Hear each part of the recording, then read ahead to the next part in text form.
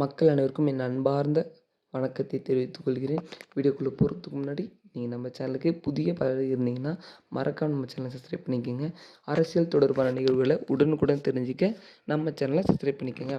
வாங்க வீடியோக்குள்ளே போகலாம். அதாவது அதிகாரப்பூர்வமாக கூட்டணி சேர்ந்து விட்டது.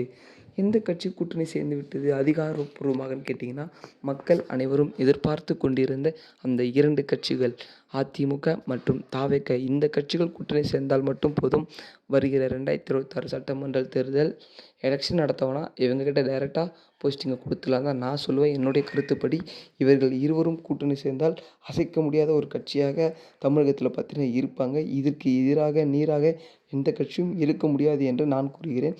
அதாவது நமது அதிமுக பொதுச் செயலாளர் எடப்பாடி பழனிசாமி அவர்கள் பார்த்தீங்கன்னா விஜயுடன், தாவேக தலைவர் விஜயுடன் கூட்டணி சேர்வதற்கு மிகவும் ஆர்வமாக உள்ளார் என்று உங்கள் அனைவருக்கும் தெரியும். ஏன்னு கேட்டிங்கன்னா, அவர் கூட்டுற பிரச்சாரத்திலிருந்து, ப்ரெஸ் மீட்டிங்லேருந்து அனைத்திலுமே பிள்ளையார் சுழி போட்டாச்சு, கொடி பறக்குதா என்ற ஒரு ஹேஷ்டேக் மிகவும் வேகமாக பரவி கொண்டிருக்கிறது இணையதளத்தில். அதனால் பார்த்தீங்கன்னா, அதாவது நமது அதிமுக அவர்கள் சொல்லிட்டாங்க, நாங்கள் கூட்டணி வைத்துக்கொள்ள தயாராக உள்ளோம் என்று. ஆனால் நமது தாவேக சார்பிலிருந்து எந்த ஒரு தகவலும் இன்னும் வெளிவரல. ஏன்னு கேட்டிங்கன்னா, அவங்க பார்த்தீங்கன்னா இன்னும் இந்த கரூர் சம்பவ துயரத்திலிருந்து வெளிவரல.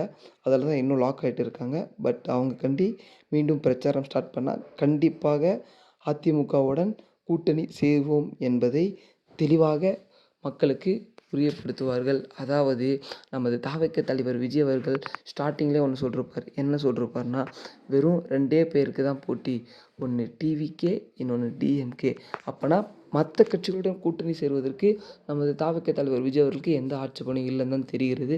அவர் இதில் பார்த்தீங்கன்னா சொல்லாமல் சொல்லி காட்டுறாரு.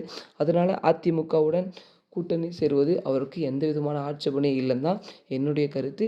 பட் ஆனால் உண்மை என்னென்னா, அதிமுகவுடன் கூட்டணி சேர்ந்தால் அவங்களுக்கு எந்த போஸ்டிங் தராது. அதாவது முதலமைச்சர் நமது விஜய் அவர்கள் ஆனால், துணை முதலமைச்சர் எடப்பாடி பழனிசாமி என்றால் அவர்களுக்கு மிகவும் பலத்த அடிதான் என்று நான் கூறுவேன். ஏன்னு கேட்டிங்கன்னா, நமது அதிமுக பலகாலமாக இருந்து வரும் கட்சி.